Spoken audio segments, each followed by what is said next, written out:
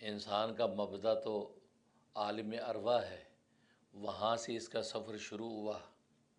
دنیا کے اندر آیا اور اس کا منتہا عالم آخرت ہے۔ درمیان کا جو عرصہ ہے یہ گویا کہ اس کا دورانیہ ہے سفر کا، تو گویا کہ ایک مبدا، دوسرا جو ہے معاد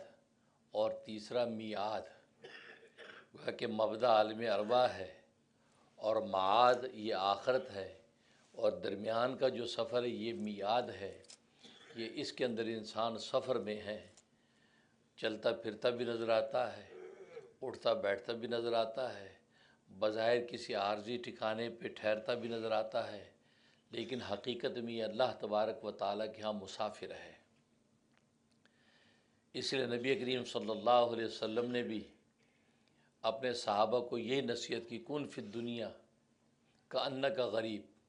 کہ دنیا کے اندر تم اس طرح رہو جیسے مسافر رہتا ہے، جیسے غریب رہتا ہے، او عابر سبیل، یا ایسے رہو جیسے کہ راہ گزر رہتا ہے۔ یعنی مسافر تو کسی جگہ ٹھکانہ پکڑ بھی لیتا ہے 2 دن 4 دن 10 دن، اور راہ گزر جو راہ پہ چل رہا ہے تو وہ تو ٹھکانہ بھی نہیں پکڑتا، وہ اپنی سواری پر سوار ہے اور منزل کی طرف اس کی سواری دوڑ رہی ہے۔ تو جس طریقے انسان مسافر ہو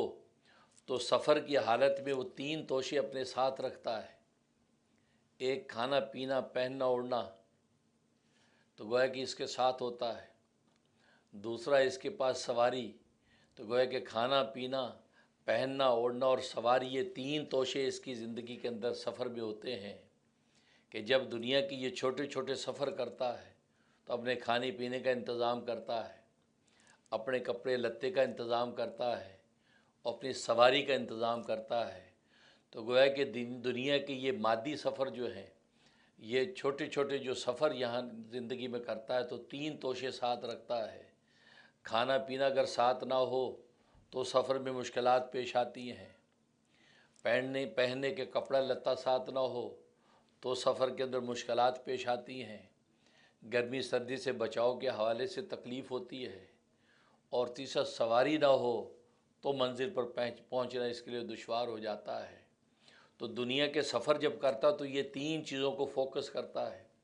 کہ کھانے پینے کے کیا انتظامات ہیں، پہننے اوڑھنے کے حوالے سے کپڑے کتنے رکھنے ہیں، اور پھر سواری کیسی ہے، کون سی گاڑی لے کے جانی ہے، کون سا گھوڑا سفر کے ساتھ رکھنا ہے، کون سے اونٹ کے اوپر کجاوا باندھنا ہے۔ تو گویا کہ دنیا کے اندر ان 3 توشوں کو لے کے چلتا ہے۔ تو جس طریقے سے دنیا کے چھوٹے چھوٹے سفروں میں بھی 3 توشے اس کے ساتھ ہوتے ہیں، تو یہ خود زندگی ایک بہت بڑا سفر ہے کہ جس کا مبدا عالم ارواح تھا، جس کا منتہا عالم آخرت ہے، اور یہ درمیان کا طویل ترین جو سفر ہے، اس کے اندر بھی اللہ تبارک و تعالی نے 3 توشے عطا کیے ہیں۔ یہ 3 توشے اگر اس کے ساتھ ہوتے ہیں تو یہ منزل مقصود پر کامیابی سے پہنچتا ہے۔ ایک توشہ اس انسان کو جو اللہ تبارک و تعالی نے عطا کیا ہے وہ حواس خمسہ ظاہرہ کا عطا کیا ہے، کہ آنکھوں سے ہی دیکھتا ہے، کانوں سے سنتا ہے،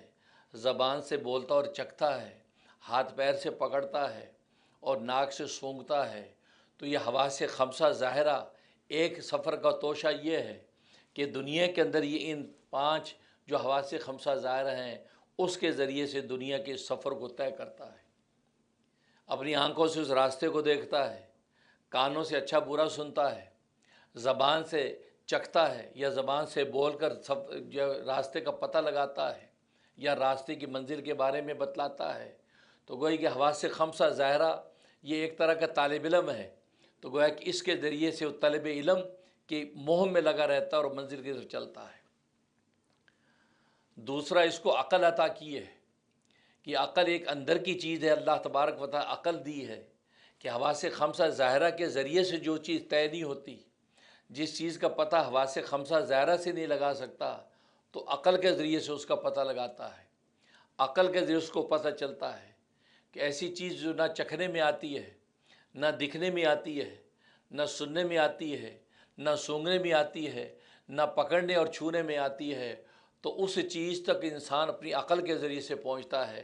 تو دوسرا توشہ اس سفر کا اللہ تبارک و تعالی نے عقل عطا کی ہے، اور تیسرا توشہ وحی الہی کا ہے۔ اللہ تبارک و تعالی نے اپنی وحی کا نور اس کو عطا کیا ہے کہ جو چیز عقل کی دسترس میں بھی نہیں آتی اس کو یہ اللہ تبارک و تعالی کی وحی کے نور سے حاصل کرتا ہے۔